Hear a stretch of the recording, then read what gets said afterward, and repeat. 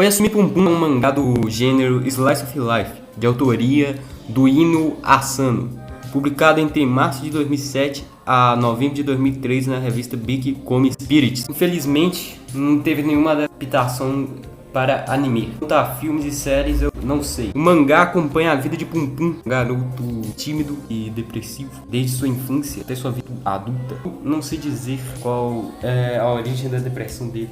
Não é muito claro, né? Não tem nenhum trauma que o deixou assim. Parece que é mais uma condição genética, talvez, não sei. De certo que também a família dele não é lá muito bem estruturada, né? Também pode ser consequências do mundo moderno. No Japão tem muito disso de depressão. Eu não sei como funciona lá no Japão. Eu sei que tem alguns problemas quanto a desesperança com o futuro, mas não sei de onde vem.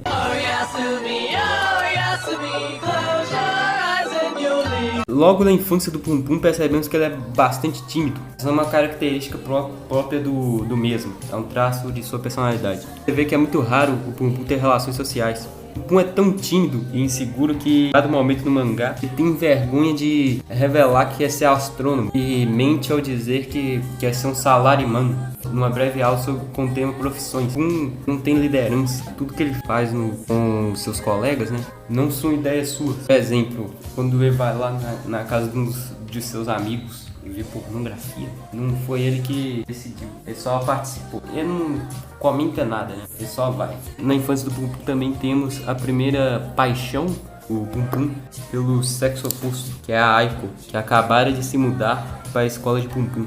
Também na infância de Pum Pum, uma coisa que nós observamos, como eu já disse, é o fato da família dele ser mal estruturada. Ele tem uma relação conturbada com a família. A mãe de Pum Pum divorciou-se do seu pai após uma agressão partindo do próprio. Também na infância, acho que é menos relevante, mas ele bate pro primeiro punheta.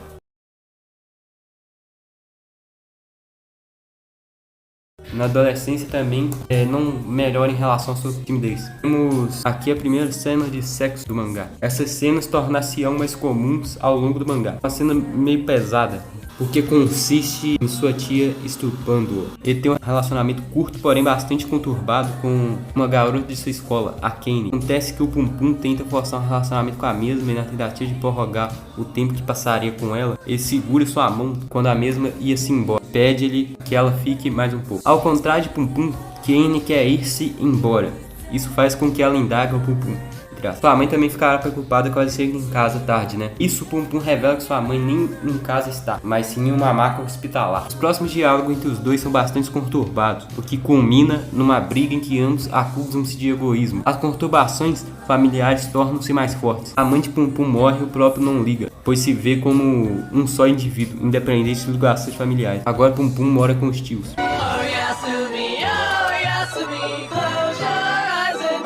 Pum Pum arranja um emprego para sustentar financeiramente e aluga uma pequena casa. Não tem sossego, os vizinhos são barulhentos. Quando não estão brigando, estão fazendo sexo. Essa parte eu fico com muita dó do Pum Pum. Eu odeio barulho. Sartre Nanjou é muito importante para o Pum Pum. Acho que de todo mangá, a mulher com que o Pum Pum se dá melhor. Apesar de que ele se dá melhor, um pouco melhor com a Aiko no começo, depois vai piorar. Eles não namoram, mas são bem próximos uns do outro. Fazem sexo, inclusive. Nessa fase da vida do Pum Pum, ele decide que encontrar-se-á com a Aiko em 2 anos, caso não, morrerá.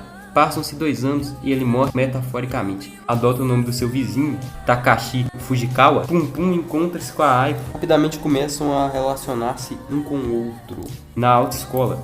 Posteriormente descobrimos que a mãe de Aiko é uma narcisista doente. Ao mesmo tempo que fala que quer o bem da filha, tenta esfaqueá-la pelas costas. Toda essa situação caótica termina com o Pum Pum matando a mãe da Aiko. Apesar de depois a Aiko meio que revelar que ela que matou a mãe, é nítido que está fazendo isso para livrar a culpa do Pum Pum. Ademais que as próprias cenas do mangá vê que é o Pum Pum mesmo. Não tem nenhuma cena da Aiko esfaqueando-a. E é interessante também que depois fato é ele ter matado a mãe dela, ele muda de forma, a forma dele tem chifres, parece-me muito com um demônio, né?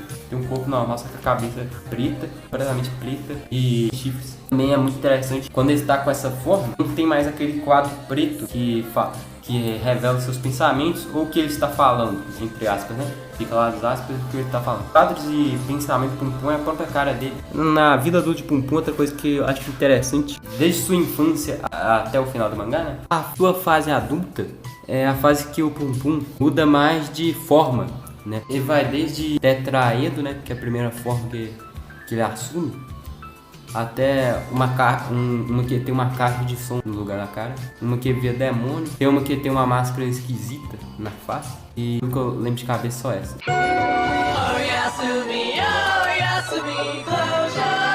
A reta final do mangá, pelo menos para mim, é bem pesada. Pum Pum, ele foge com a Aiko para Kagoshima. Mesmo tentando, os dois não conseguem ter uma vida normal. Ademais, o Pum Pum fica obsessivamente paranoico com a Aiko. Ele não gosta que a Aiko sai dele. Particularmente, eu acho que a Aiko tem um comportamento bastante submisso ao Pum Pum. Ela não fica questionando muito. Uma cena que eu acho interessante do capítulo 120, que ela arranca o olho do Pum Pum com a justificativa de que o mesmo deveria ficar de olho nela. Não sei, ela parece que definhou também. No fim, a Aiko comete suicídio. O Pum Pum meio que deixa ela largada, né? No começo, parece que ele talvez não tenha entendido, né? Porque ele liga pra uma ambulância. Aí quando ele parece que entende que ela morreu, ele só abandona o corpo dela, né? Aí meio que começa a delirar dando nisso e desmaia. Os delícios também. Aí desmaia. Posteriormente é encontrado pelo Nanjo. Um fica internado em um hospital. Se eu não me engano, ele faz algum tipo de cirurgia no olho. Mas de qualquer forma, ele sai bem de lá, sem complicações. Pelo que dá a entender do final, ele casou-se com a Nanjo e teve uma filha. A teoria de ele ter se casado com a Nanjo é incerta, né? Porque quando na reta final do mangá, que é contada por um colega de escola, né? Escola de infância, porque na parte final do mangá, um ex-colega de infância do Pum Pum, que reencontra o Pum Pum, apesar de não lembrar o nome dele. Uma coisa interessante que esse último capítulo, né, o 144, que como já falei, é narrado pelo ex-colega de infância do Pum Pum, nós vemos o Pum Pum, a Nanjo, uma criança. E parece-me muito que o Pum Pum formou uma família, né? Mas eu acho que isso é só uma teoria mesmo. A teoria dele ter se casado com a Nanjo é incerta. Em determinada página do mangá, ele fala que perguntou ao Pum Pum se ele casou. O Pum Pum não responde.